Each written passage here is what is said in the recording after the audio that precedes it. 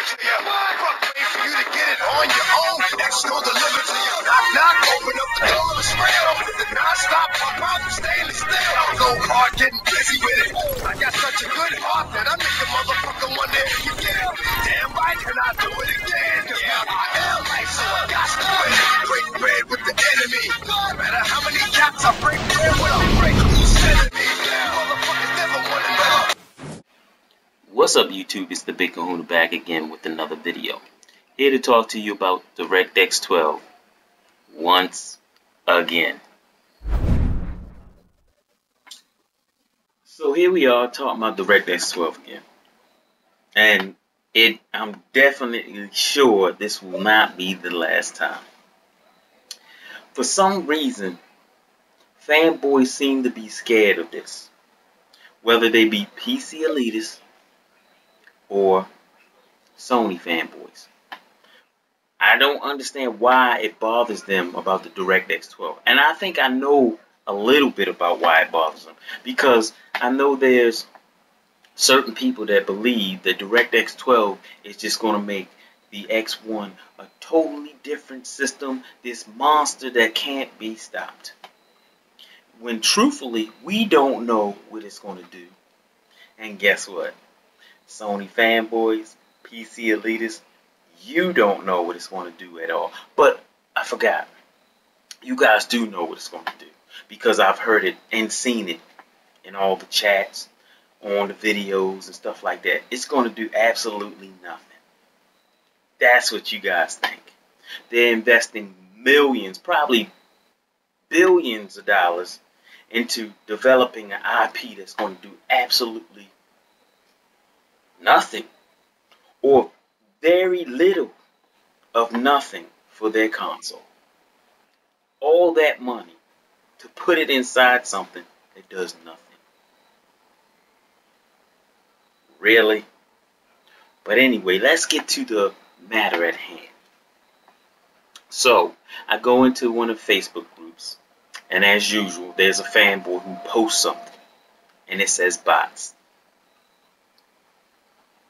Why does the X1 need DirectX 12 so badly? Is it because it's fucked up without it? This is basically what this person said. So, let's go back before either system came out. There was all kinds of rumors, especially from the one guy that gets a lot of things wrong, but he gets some things right, but gets a lot of things wrong. Michael Pachter. He had said that one of these systems wasn't going to come out until 2014, 2015. He said one of these systems wasn't going to make it. Or as it was stated or believed that one of these systems wasn't ready to be launched. So of course, you had people battling on both sides. No, it's Sony who's not going to make it. No, it's Microsoft is not going to make it. Microsoft is definitely going to make it. I read all that stuff. I didn't get into that stuff because I had no idea.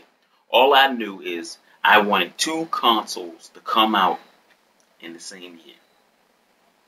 And I was hoping to goodness, sitting back and praying, don't let it be the X1. Because I don't want to have to wait for it for 2 years. Granted, I was going to get the PlayStation anyway.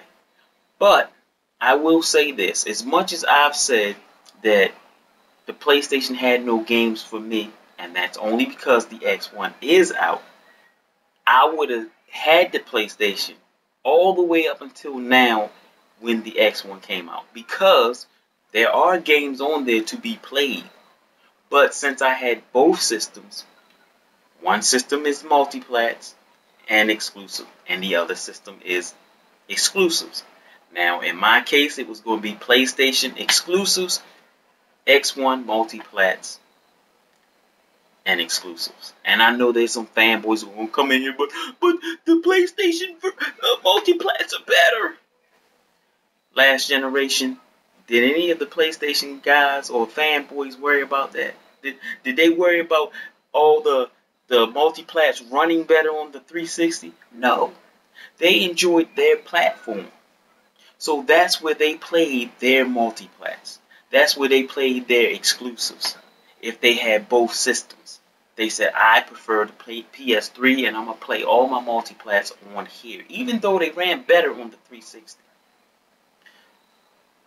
So, before you come at me with that whole, but the multiplats look better on the PlayStation 4. I don't see a difference. I did buy the game that everybody hates. Or I can't say everybody, but mostly everybody hates, which happens to be Call of Duty. Call of Duty Ghost. I was about to say Black Ops, but Ghost. I did buy that on both systems because I wanted to play with my cousin on the PS4. And I did switch from both, and I didn't see a difference. But that's me. Of course, fanboys will come in here and try to tell me what I see or can't see. But anyway, let's move on. So, the X1 was stated, or should have come out, was supposed to come out in 2015. Coincidentally, DX 12 is coming out in 2015. As Windows 10 is also coming out 2015. So, what does this mean? If the X1 should have come out, or was supposed to come out in 2015, guess what? It would have been ready for DirectX 12. So what does that mean? There wouldn't have been DirectX 11 in the box because the box wasn't really meant for DirectX 11. But they had to put some type of API in the box. Now, if they would have waited for, until this year, they're already getting beat by Sony. And don't get it twisted. They're not doing bad. They're just not doing as good as Sony. But let's move on. If they had come out this year, do you know how hard it would be for Microsoft to catch up to them? Now, of course, there's some already counting Microsoft out. Oh, there's no way they're ever going to catch up.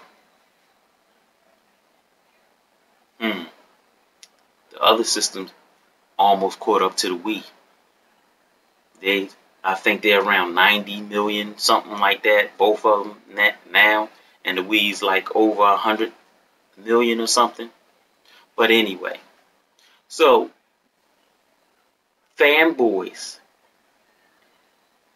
DirectX 12 wasn't something that once they brought out the console, they said, hey, let's create another API to try to boost the capabilities of the X1. It was originally stated that it was going to be in the X1. So, in a sense, we kind of got a console without everything that was supposed to be in it. And for all those updates that we was getting, those updates would have already been in the console. So it would have been very interesting to see would Microsoft had been pushing out a whole bunch of updates had the console come out when it was supposed to come out in 2015. Will we be getting updates every month then? I don't know. But anyway, as I always say, fanboys don't love their favorite system. They just hate yours. Peace.